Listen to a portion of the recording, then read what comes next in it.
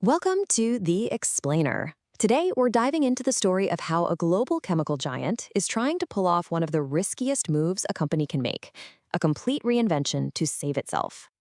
So, what happens when the very foundation of your success becomes your biggest weakness? We're about to break down the massive, high-stakes bet one company is making to answer that exact question. All right, here's how we're going to tackle this. First, we'll look at where they stand, then the storm that hit them, their big question, how they're planning to answer it, and finally, our take on whether this whole gamble will pay off. Okay, let's get right into it. Section 1, a giant at a crossroads.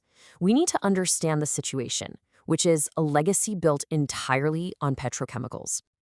So, Lotte's Chemical, they're a huge player.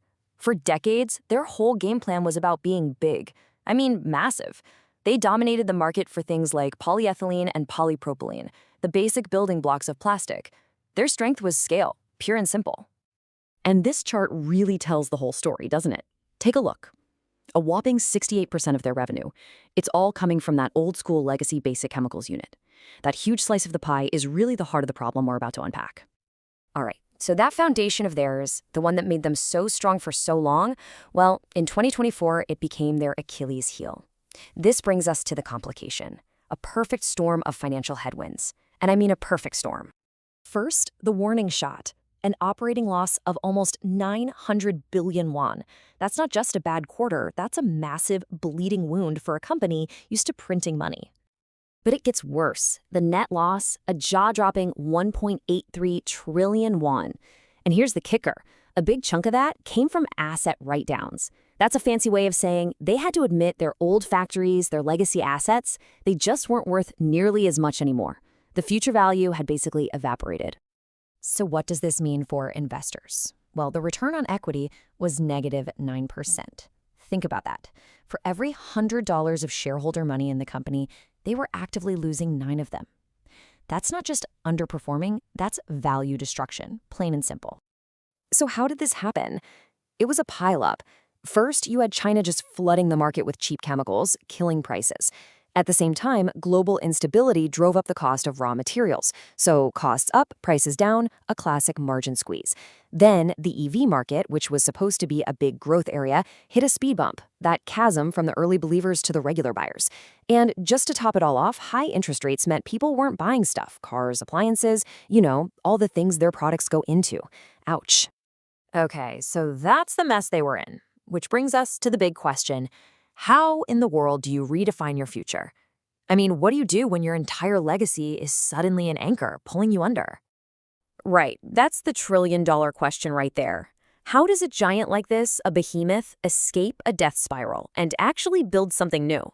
Because let's be clear, doing nothing was not an option. The old way of doing business was toast.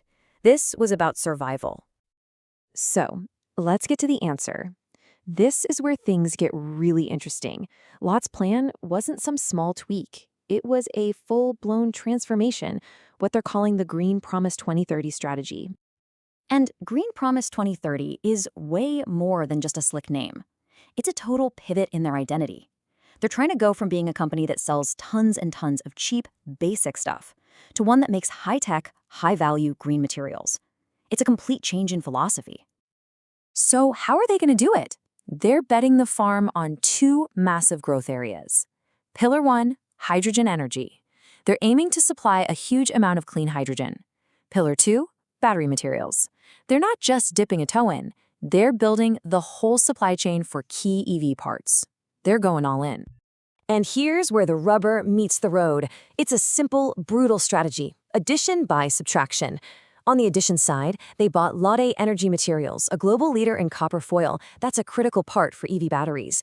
And on the subtraction side, they started dumping their old, non-essential plants in places like Pakistan and China. Out with the old, in with the new.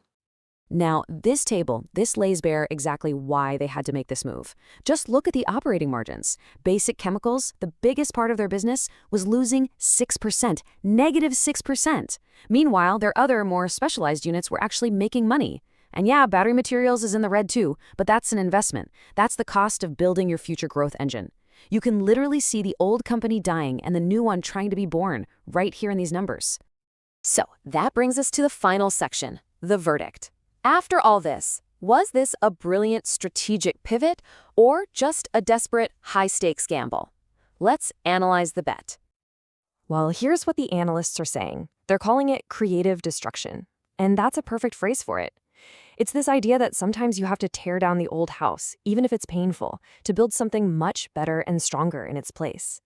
It's not weakness. It's a calculated move for long-term survival and growth. And this chart is the proof in the pudding. The logic is just undeniable. Why would you keep pouring money into a business that's losing you 6% when you have other parts of your company that are actually making you money? You wouldn't. You'd shift your resources, which is exactly what they're doing. So here's the thought I want to leave you with. Lotte Chemical is going through absolute agony right now, all for the promise of a brighter, greener future.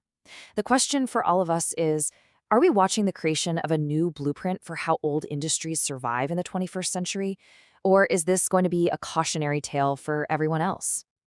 Now, if you want to get into the real nitty-gritty of the chemical industry or corporate strategy, the folks at HDIN Research are the ones to talk to. A lot of the analysis you saw here is thanks to their work, so definitely reach out to them. Thanks for tuning in to this explainer. See you next time.